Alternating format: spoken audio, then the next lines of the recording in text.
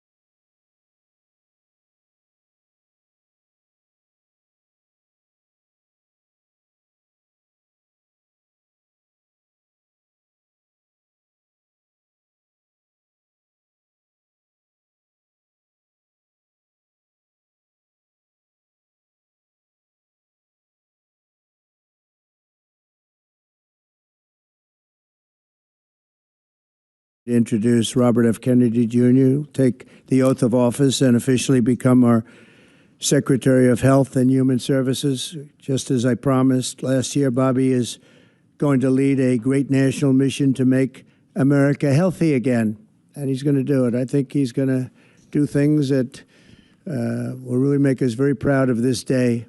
Like his father, Senator Robert F. Kennedy, and his uncle, President John F. Kennedy, Bobby has devoted much of his life to serving his fellow Americans in his campaign for president, and he was a very tough competitor. I did not like it at all. I said, let's get him on my side.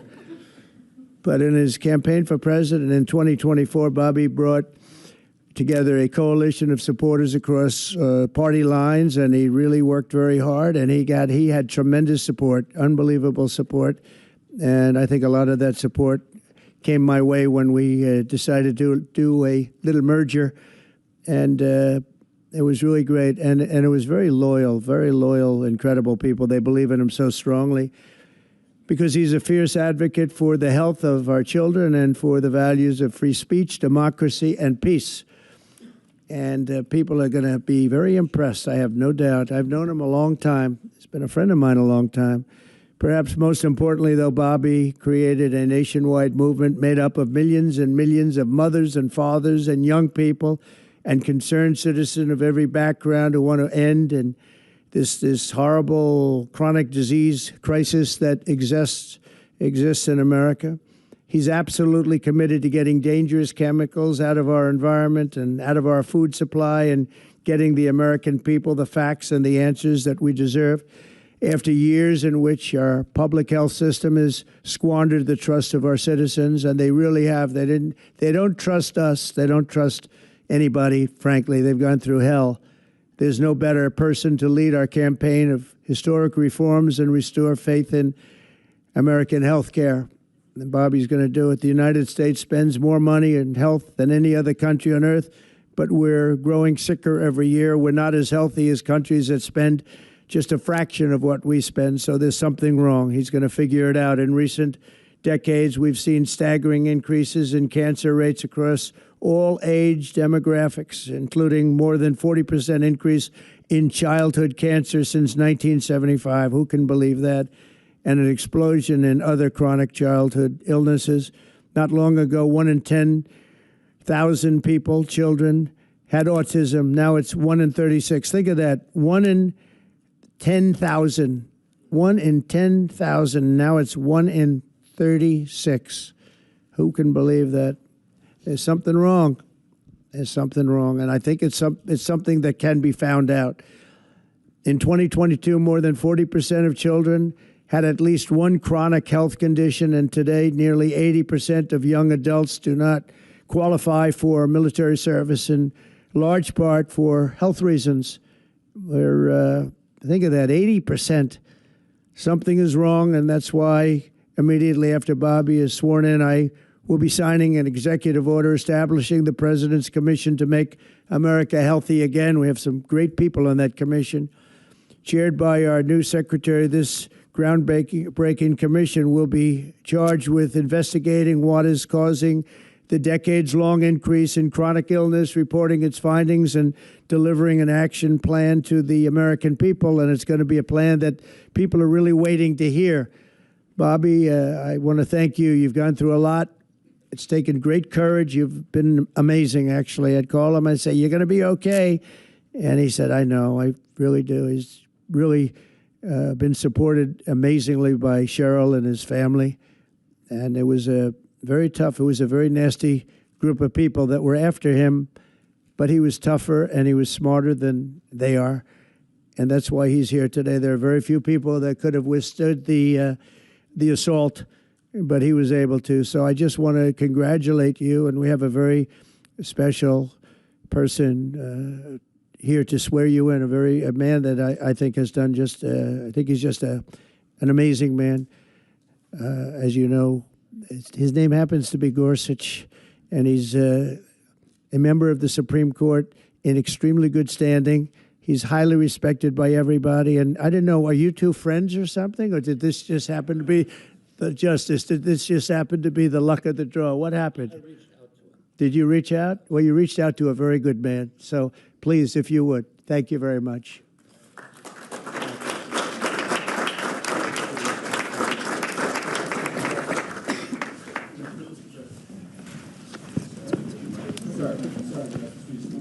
This has to be done first. I'll do this first. Sorry. I'm going to make this a good one, right?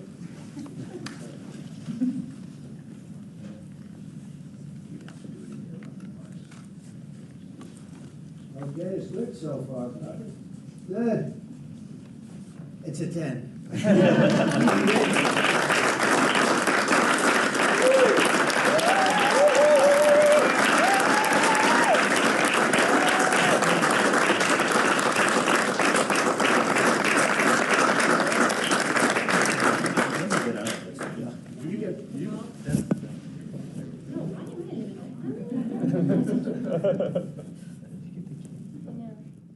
Go in there. Get the kid in there. Go in there. Get the weekly.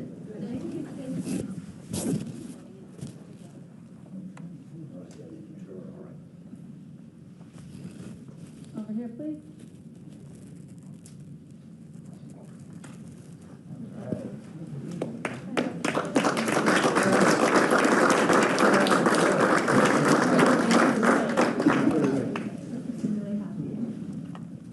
Would all the family like to join? Yes, sure. All right. Please place your left hand on the Bible and raise your right. I, Robert F. Kennedy, Jr., I, Robert F. Kennedy Jr., do solemnly swear do solemnly swear that I will support and defend that I will support and defend the Constitution of the United States the Constitution of the United States against all enemies, against all enemies, foreign and domestic, foreign and domestic, that I will bear true faith and allegiance to the same, that I will bear true faith and allegiance to the same, that I take this obligation freely, that I take this obligation freely without any mental reservation without any mental reservation or purpose of evasion, or purpose of evasion, and that I will well and faithfully discharge and that I will well and faithfully discharge the duties of the office the duties of the office on which I am about to enter. on which I'm about to enter. So help me God. So help me God. Congratulations, Mr. Secretary.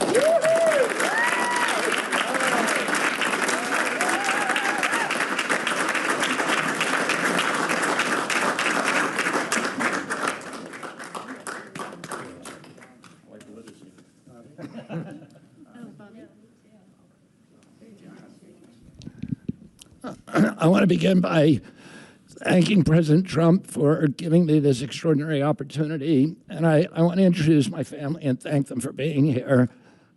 My wife, Cheryl, my cousin, Anthony Shriver, my daughter, Kik, my other daughter, Kira, Catalina Shriver, Joey Shriver, Jackson Hines, and Amaryllis Kennedy. And I want to thank all of you for your support and throughout this whole 2.5-year journey. My first time in this Oval Office was in 1961, and I came here to meet or 1962. I came here and I had a meeting with my uncle, who was president then, where we talked about the environment. He was involved deeply, as we all know, in restoring physical fitness to this country. He challenged at one point during his administration, he challenged Americans to do a 50-mile walk, which I ultimately did. But I remember the day that my father completed his walk. We were staying up at Camp David, and my father came in after 18 hours walking on the C&O towpath with his feet bleeding and blisters on them. My father had one of his best friends was Al Lowenstein. And Al Lowenstein ultimately was a congressman from New York who was assassinated himself in 1980.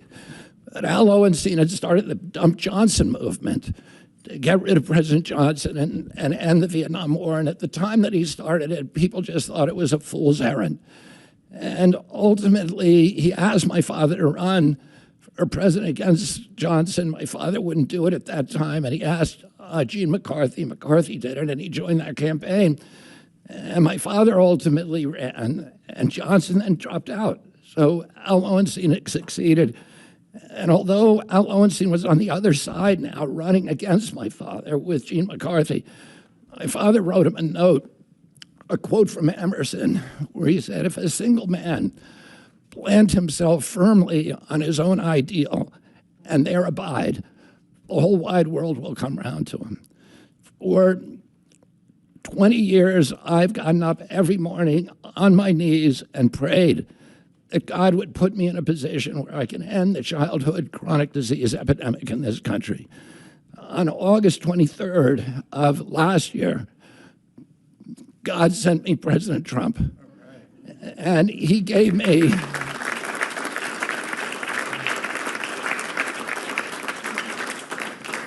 he's now given me, he's kept every promise that he's made to me. He's kept his word in every account and gone way beyond it. I'm so grateful to you, Mr. President. A lot of people told me that I couldn't trust President Trump, that I better get it in writing. And we did a handshake, and everything that he told me he was going to do, he has done. And I'm so grateful to him, and I've told you before, I genuinely believe that you are a pivotal historical figure, that you are going to transform this country at a time when We see all of the indicia of democracy now in tatters in our country.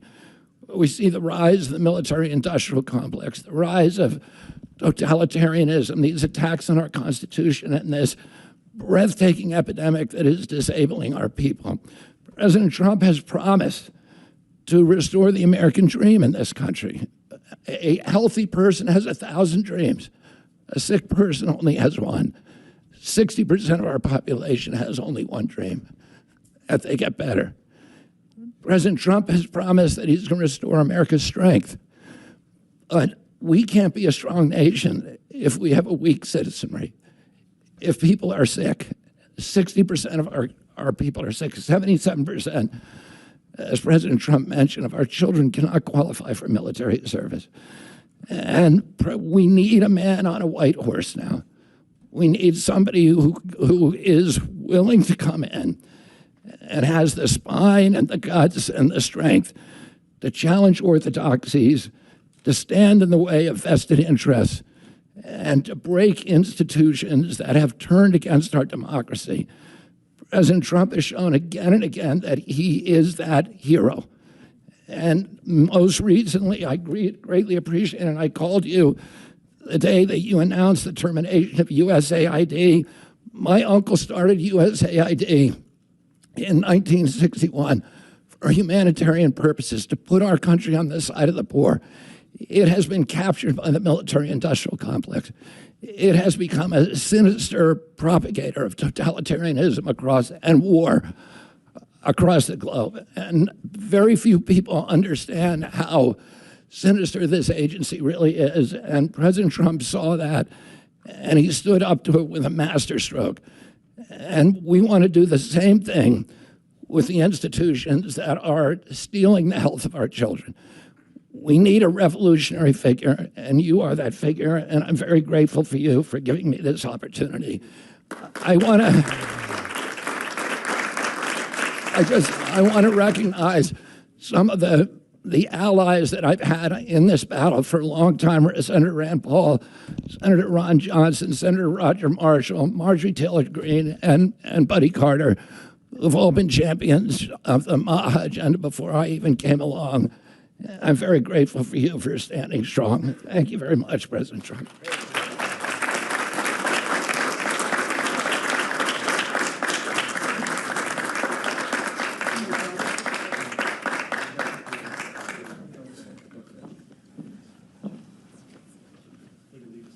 Mr. Secretary, if I could ask, what plans do you have immediately at HHS now that you're sworn in, sir? He's going to be running it. He's going to do a great job. What would you like That's to see my to do plan. first, Well, Mr. he's going to President? find out a lot of secrets that have been maybe kept from us, but he's going to come up with some solutions to some big problems, health problems. And I think he's going to go down in the record books. I really have confidence. This group has great, even Rand has confidence, and that doesn't happen often.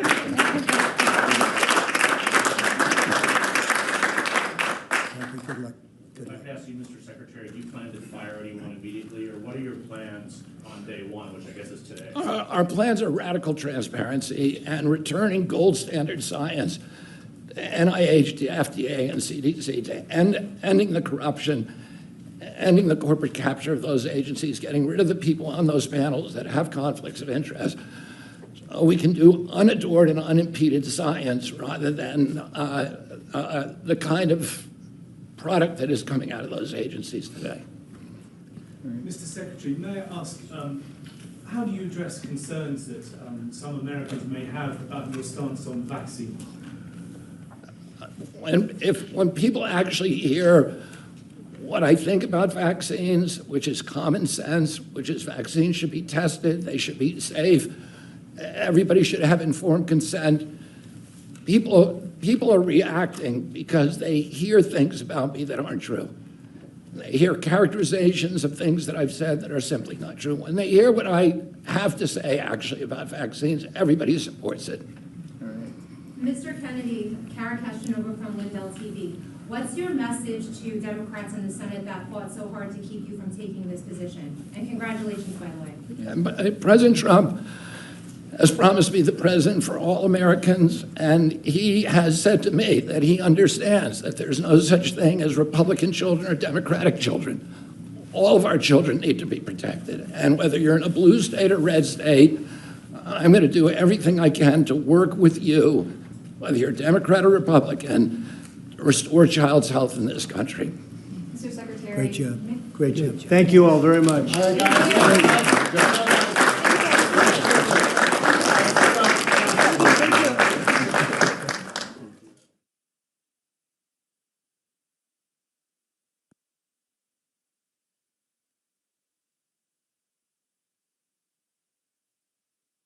Thanks, folks.